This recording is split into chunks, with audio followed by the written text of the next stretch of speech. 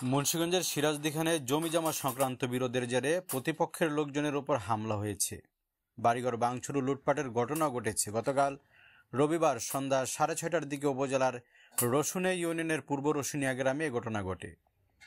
গুরুতর আহতরা হলেন পূর্ব রসুনিয়া গ্রামের বাসিন্দা নূরজামাল শেখ, আনোয়ার হোসেন মানিক, জাহাঙ্গীর শেখ, আনোয়ারা বেগম ও শেখ নুরুল হক নামে 5 জন গুরুতর আহত হয়েছেন।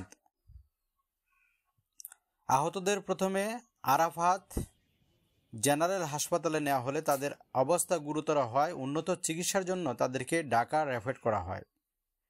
এ ব্যাপারে Rasunia UP chairman advocate Abu Sayeed বলেন, আমি কোর্টে থেকে এসে সন্ধ্যায় হামলার ঘটনা শুনে সেনাবাহিনীকে অবগত করি। পরবর্তীতে ঘটনাস্থলে গিয়ে পরিবেশ শান্ত পাই। উভয় পক্ষ যার অবস্থানে ছিল, এরপর উভয় পক্ষকে বুঝিয়ে যার যার বাড়িতে পাঠিয়ে দিয়ে আসি। নূরজামালের একটি জমি দখলের পায়তারাকে কেন্দ্র করে হামলার ঘটনাটি ঘটেছে বলে আমি লোকজনের কাছে জানতে পেরেছি। তাৎক্ষণিক খবর পেয়ে রাতেই ঘটনাস্থল পরিদর্শন করেছেন সেনাবাহিনীর সদস্যরা।